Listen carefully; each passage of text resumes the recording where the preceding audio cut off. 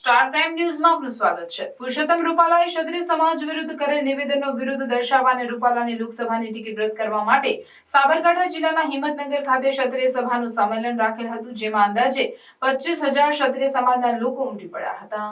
ક્ષત્રિયોની અસ્મિતા 562 દેશી જે રજવાડાઓનું વિલીનીકરણ કર્યું હતું એનો આજે એ બલિદાનનો આજે એમનો આભાર જે માન્યો હતો, એમના બદલામાં આજે એમનું ઋણ ચૂકવવાનો સરકારનો સમય આવી ગયો છે। આપણે કોઈ પાટીદાર સમાજથી, આપણે કોઈ રૂપાલા સમાજથી કોઈ દુશ્મની નથી। આપણે આપણા રાજપૂતાની અસ્મિતાનું સમર્પણની ભાવના કે જે 562 દેશી રજવાડાઓ આપી દીધા છે, એમને સોંપ્યા છે, એમનું ઋણ ચૂકવવાનો આજે સમય છે। આપણે સરકારને એટલું જ આહવાન કરીએ છીએ કે ક્ષત્રિય ધર્મને ન્યાય મળવો જોઈએ। જ્યારે માથા કપાયા ત્યારે રાજપૂત કહેવાના, બંને હાથે દાન કર્યા ત્યારે દરબાર કહેવાના। એમનામાં જ નથી, લોહીના શબ્દોએ ઇતિહાસ રચાયા છે ત્યારે શ્રી કહેવાના। જય જય ભવાની, જય જય ભવાની, જય જય ભવાની। ક્ષત્રિય સમાજ માટે નહીં પરંતુ આવનારા સમયમાં કોઈ પણ સમાજની બહેન બેટી પર આવો પ્રશ્ન ન બની શકે એ માટે અમે અહીં ઉપસ્થિત થયા છીએ।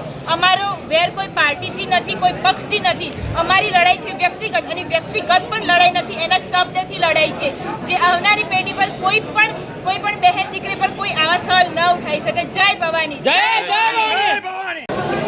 બાપુઆ આજે જય માતાજી, ભૂપેન્દ્રસિંહ ગુંપાવત। આજે સાબરકાંઠા સમાજ, ક્ષત્રિય સમાજ એક તાતડે બંધાયો છે અને સર્વનો એક જ મુદ્દો છે કે આ બેનર જોઈ રહ્યા છો, સાબરકાંઠા અસ્મિતા સવાલ।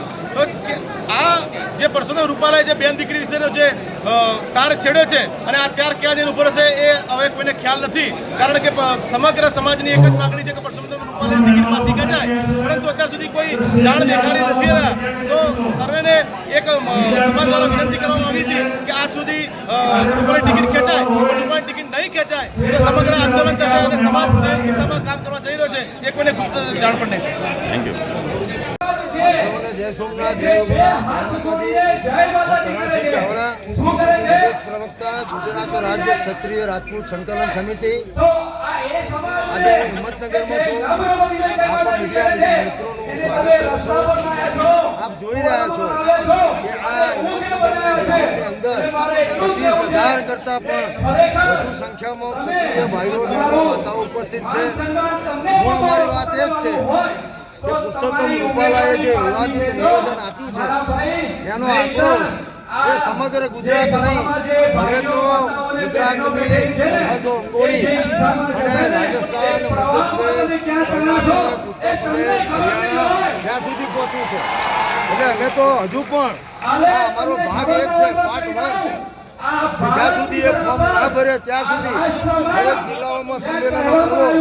તો અત્યાર સુધી અમે ભાવનગર, જામનગર, રાજકોટ, સુરેન્દ્રનગર, ધંધુકા, પાટણ, આજે અમે સાબરકાંઠા સંમેલન મોટી સંખ્યામાં ઉપસ્થિત રહી અને અમે આજે સમાજનો સહયોગ પ્રાપ્ત કર્યો છે।